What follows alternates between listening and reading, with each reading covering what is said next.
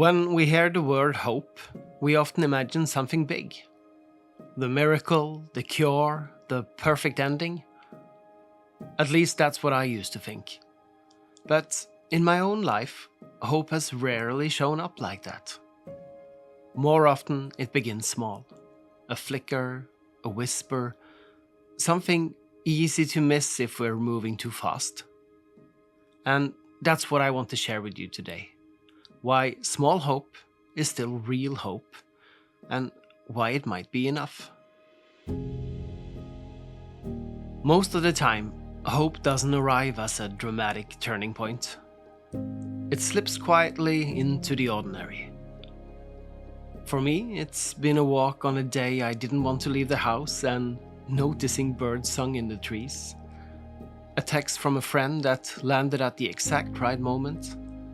The way the light spilled across the floor when I thought the day had nothing left to give.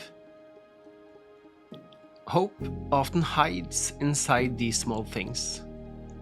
And when life feels overwhelming, it's those little sparks that remind us change is still possible, that the story isn't finished yet. Maybe you felt it too. Not the full solution, not everything fixed at once, but just a shift. A breath that comes easier than the one before, a laugh you didn't expect, a moment of calm in the middle of the noise. That's hope. Beginning small, and it's enough to remind us we're not stuck forever. I remember once standing at the kitchen sink, feeling like the day had completely collapsed on me.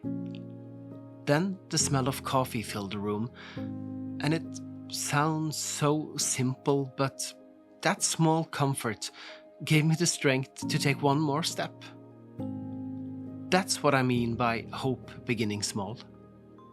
If this kind of reflection speaks to you, I made something gentle that might help. It's called 5 Ways to Slow Down, a free guide, and you'll find the link below. Here's what I've realized. Hope is less about predicting the future and more about how we choose to show up today. You don't need certainty to have hope. You don't need a clear plan. You just need the willingness to believe that tomorrow might hold something worth waiting for. And that belief changes us. It softens us. It keeps us moving, even if it's just one step. Because hopelessness shrinks the world. But hope, even the smallest flicker of it, expands it again. Sometimes hope has been nothing more than noticing the seasons. The first green shoot pushing through the soil in spring, the smell of earth after rain, the way the sky slowly lightens in the morning, even on days I'd rather stay under the covers. Small beginnings that remind me life is still moving forward.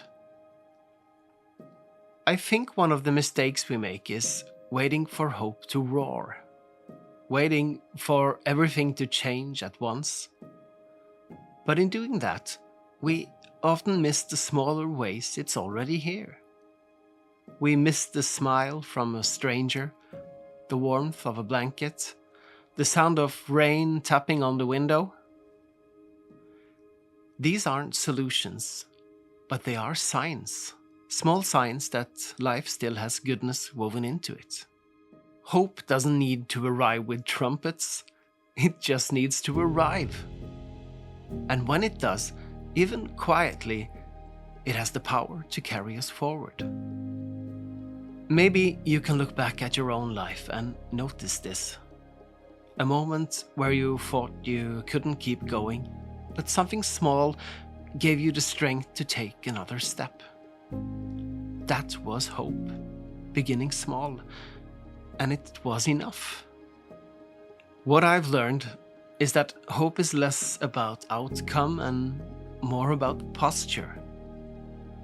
It's the posture of staying open even when you don't know what's coming. It's the willingness to trust that there might still be light ahead even if you can't see it yet.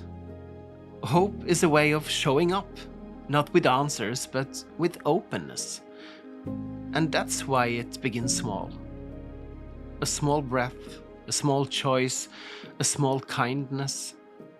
And over time, these beginnings can grow into something strong. So, if you're in a season where life feels uncertain, remember this. Hope doesn't have to roar. It can whisper, it can flicker, it can begin small.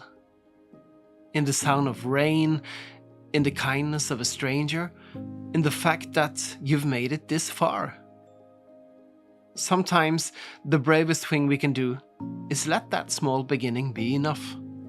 Because every fire begins with a spark, every journey begins with a single step, and hope, real hope, begins small. So before we go, let's take a slow breath together. In